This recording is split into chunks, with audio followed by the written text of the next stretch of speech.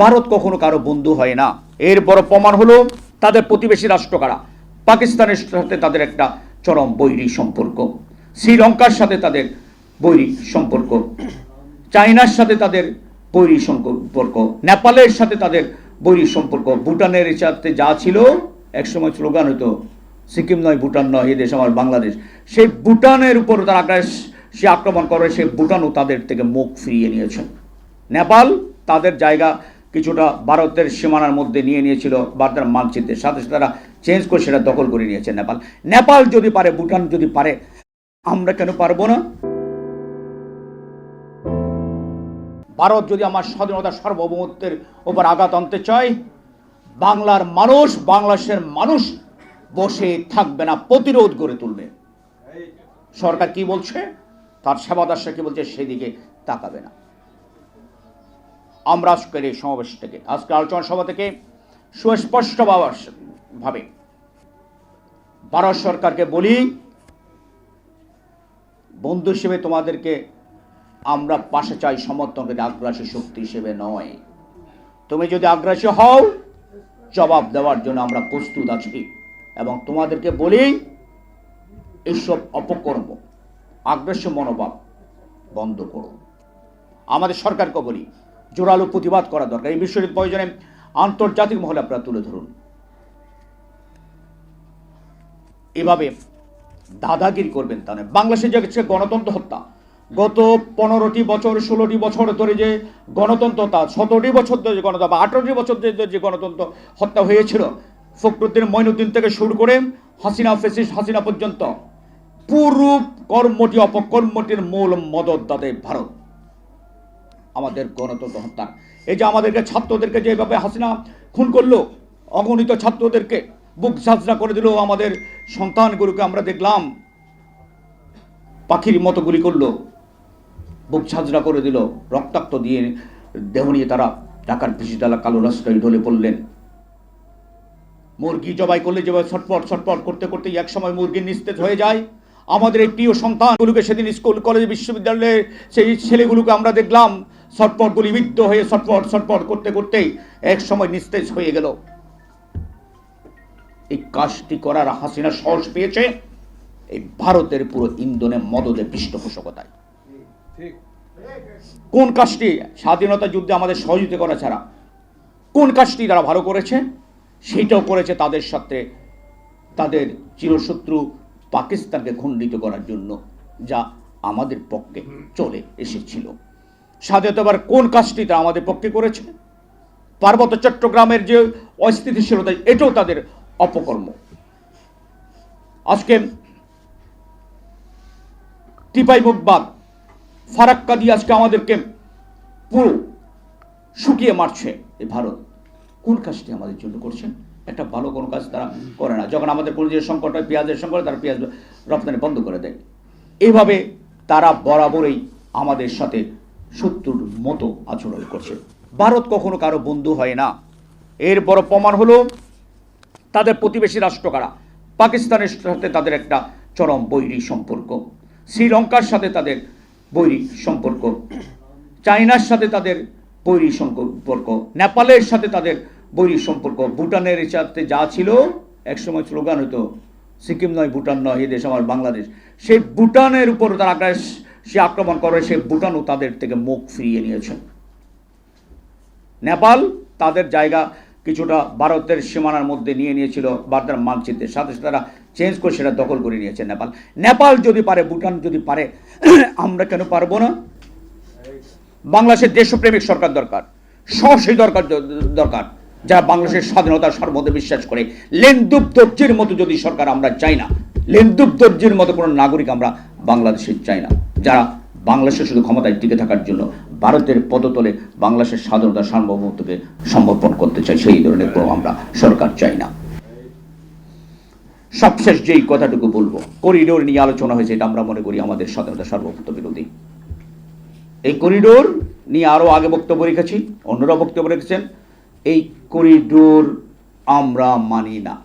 ক্ষমতায় দীর্ঘদিন থাকার পাইকার স্বরূপ এই ধরনের কোনো চক্রান্তের সাথে বাংলাদেশের মানুষ একমত হতে পারে না। সবশেষ আমি আরেকটা জিনিস বলি, আমসামিন আমিন সাহেব একটা বক্তব্য দিয়েছেন, তিনি দিতেই পারেন, তবে আমাদের মনে রাখতে হবে হাসিনার বিরুদ্ধে এত শত শত মানুষ যে জীবন দিয়েছে, হাজার হাজার মানুষ জীবন দিয়েছে 15 বছর গণতন্ত্রের জন্য, ভোটাধিকারের জন্য। আমরা যেন এই কথাটি ভুলে না যাই। গণতন্ত্রের সবচেয়ে সুন্দর পথ হল ভোটাধিকার। গণতান্ত্রিক রাষ্ট্রে ভোটাধিকারের বাইরে অন্য কিছু চিন্তা করা যায় না। একটা ছাত্র জনতার অভ্যুত্থানের মধ্য দিয়ে এক নদী রক্তের বিনিময়ে অনেক মানুষ গুম হয়েছেন, খুন হয়েছেন, আয়নাগর হয়েছে। আয়নাগরের নির্যাতন সহ্য করে বহু আর্মি অফিসারও সেখানে নির্যাতিত হয়েছেন। আজকে ফ্যাসিস্ট হাসিনা পালিয়ে গেছেন। আমরা বাংলাদেশে একটা সত্যিকার অর্থে গণতান্ত্রিক পরিবেশ দেখতে চাই। আমরা চাই বাংলাদেশে জনগণের ভোটে নির্বাচিত সরকার আসবে এবং তারা একটা মানবিক বাংলাদেশ গঠনের জন্য কাজ করবে। আপনি যদি ভোট না দিয়ে এভাবে ঘুরাতে থাকেন, এই সরকার কিন্তু ভাবমূর্তি ক্ষুণ্ণ হবে। এই সরকার আমাদের সংগ্রাম আন্দোলনের ফসল। এই সরকার ছাত্র জনতার জীবনের বিনিময়ে অর্জিত সরকার।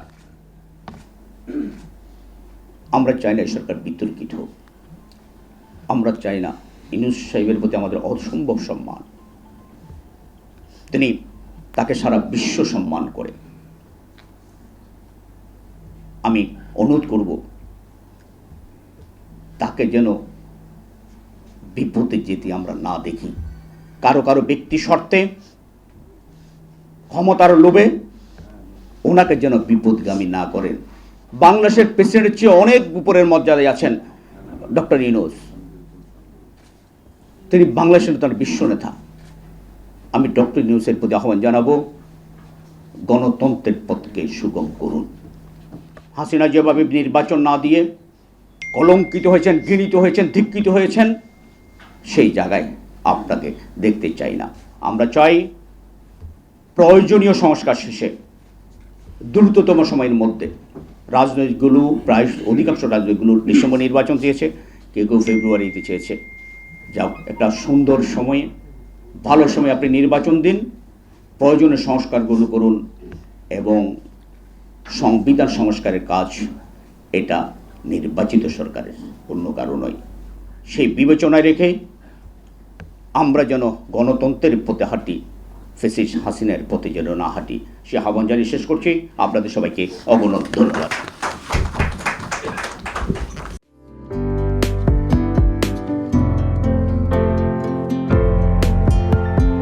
পহেলা জানুয়ারি 2025 ইউটিউব জার্নালিজমের অগ্রদূত changetv.press 6 বছর পেরিয়ে পা রাখল গর্বিত আমি অত্যন্ত আনন্দিত হলাম যে চেঞ্জ টিভি আগামী কয়েকদিনের মধ্যেই 6 বছর পূর্ণ করবে।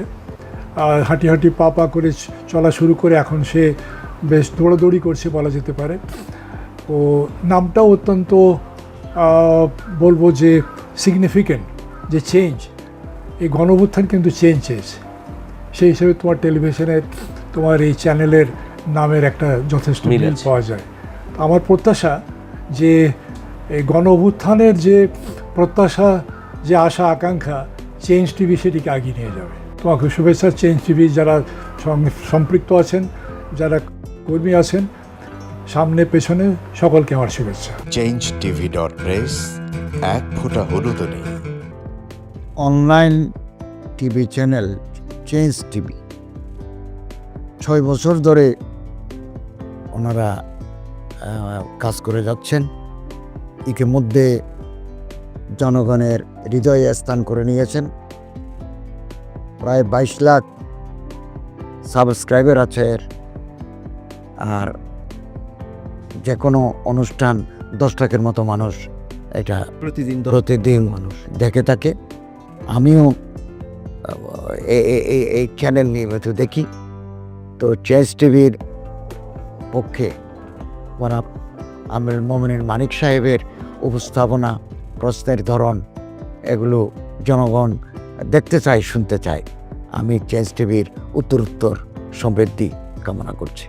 changeTV.press, এক ফোঁটা হলুদও নেই।